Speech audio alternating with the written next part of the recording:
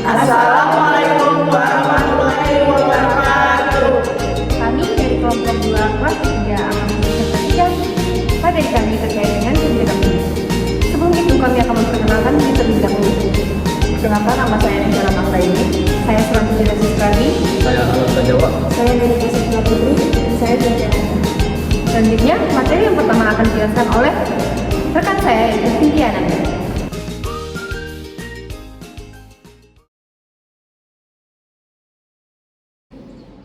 Di sini saya akan menjelaskan tentang penyusunan kebijakan publik dan beserta tahapan-tahapannya. Pertama adalah kebijakan publik itu sendiri adalah rancangan yang dilembagakan untuk memecahkan masalah yang terjadi di dunia nyata dan diprogram dan ditindak oleh pemerintah untuk menanggapi masalah sosial. Lalu yang kedua adalah tahapan-tahapan dalam penyusunan kebijakan publik.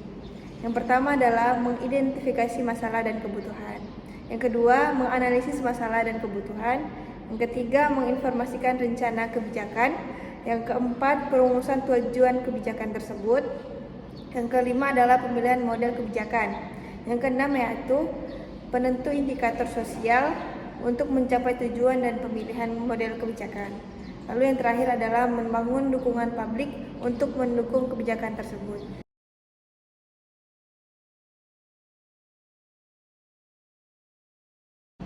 Baik, saya akan menjelaskan materi yang kedua terkait dengan evaluasi kinerja kebijakan publik. Evaluasi kinerja kebijakan publik jika dikaitkan dengan kebijakan.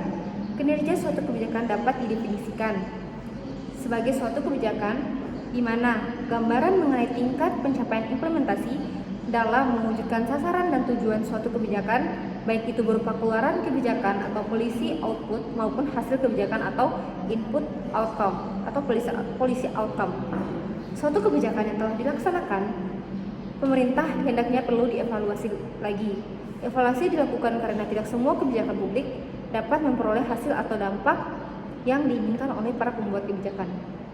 Selanjutnya, menurut Howlett dan Rames tahun 1995 dalam William Dam, ada 3 macam evaluasi kebijakan, yaitu 1. Evaluasi administrasi, yang kedua evaluasi judisial, dan yang ketiga yaitu evaluasi politik. Baik, di sini saya akan menjelaskan tentang teknik analisis kebijakan publik sebagai informasi. Yang pertama, langkah-langkah analisis kebijakan menurut Mustafa Dijaja. Yang pertama, pengkajian persoalan. Yang kedua, penentuan tujuan. Yang ketiga, perumusan alternatif. Yang keempat, penyusunan model penilaian alternatif. Yang kelima, penentuan kriteria. Yang keenam, penilaian alternatif. Dan yang ketujuh, perumusan rekomendasi. Baiklah, saya akan melanjutkan materi dari rekan saya, yaitu produk analis kebijakan menurut Mustafa Dijaja berupa laporan berisi yang pertama rekasa eksekutif, yang kedua batasan permasalahan, yang ketiga kriteria penilaian, yang keempat alternatif kebijakan, yang kelima analisa alternatif, dan yang keenam kesimpulan dan rekomendasi. Di sini saya akan menjelaskan evaluasi kinerja kebijakan yang di dalamnya yaitu terdapat langkah-langkah dalam praktik teknis sebagai analisa kebijakan.